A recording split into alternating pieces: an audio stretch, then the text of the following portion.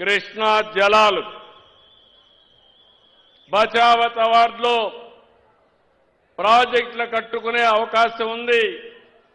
మిగులు నీరు మన హక్కు అని చెప్పి అంద్రి నీవా, తెలుగు గంగా, నగిరి గాలేరు ఇలాంటి నదులన్నీ కూడా అనుసంధానం చేసి అనేక ప్రాజెక్టులు తీసుకొచ్చిన వ్యక్తి ఎన్టీ రామారావు గారు.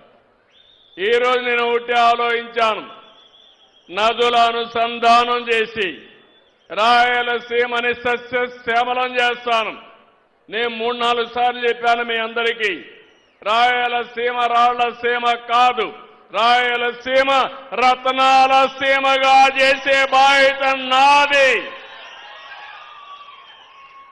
నీళ్ళిస్తే బంగారు బండే భూములున్నాయి, బంగారు పండించే మా రైతాంగం ఉన్నారు.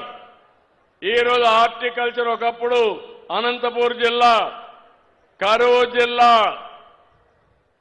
10 ఏళ్లు వేరుశెనగేస్తే 2 ఏళ్లే పంట వచ్చేది. నేను ఎప్పుడు పోయినా ఒకటి అడిగేవాళ్ళు, పెట్టుబడి పెట్టాం, పెట్టుబడి కూడా తిరిగి రాలేదు, కనీసం దానికైనా సబ్సిడీ ఇవ్వమంటే మొట్టమొదటిసారిగా నేనే ఇన్పుట్ సబ్సిడీ ఇచ్చారని చెప్పి కూడా నేను మీకు తెలియజేస్తున్నా.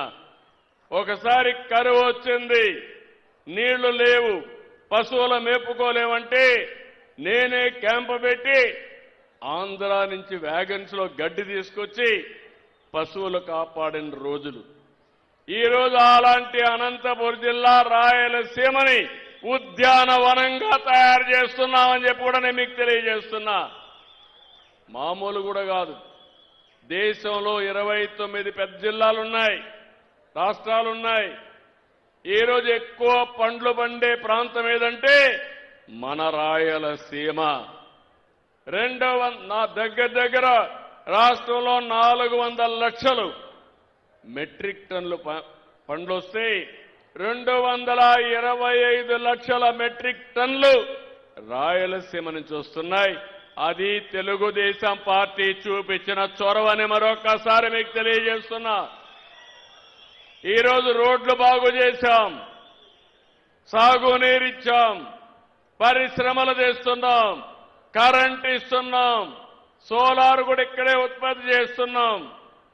ప్రాజెక్టులో గ్రీన్ ఎనర్జీ కూడా అంటే పంపుడు స్టోరేజ్ ద్వారా ఎనర్జీ కూడా తయారు చేసి రాయలసీమని ఒక ఎనర్జీ హబ్గా తయారు చేసి కరెంటు ఛార్జీలు కూడా తగ్గించే దిశగా ముందుకు పోతున్నా.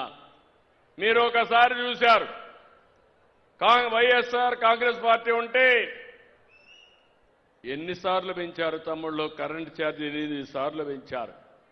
32,000 కోట్లు వేశారు, 1,15,000 కోట్ల రూపాయలు అప్పులు చేశారు.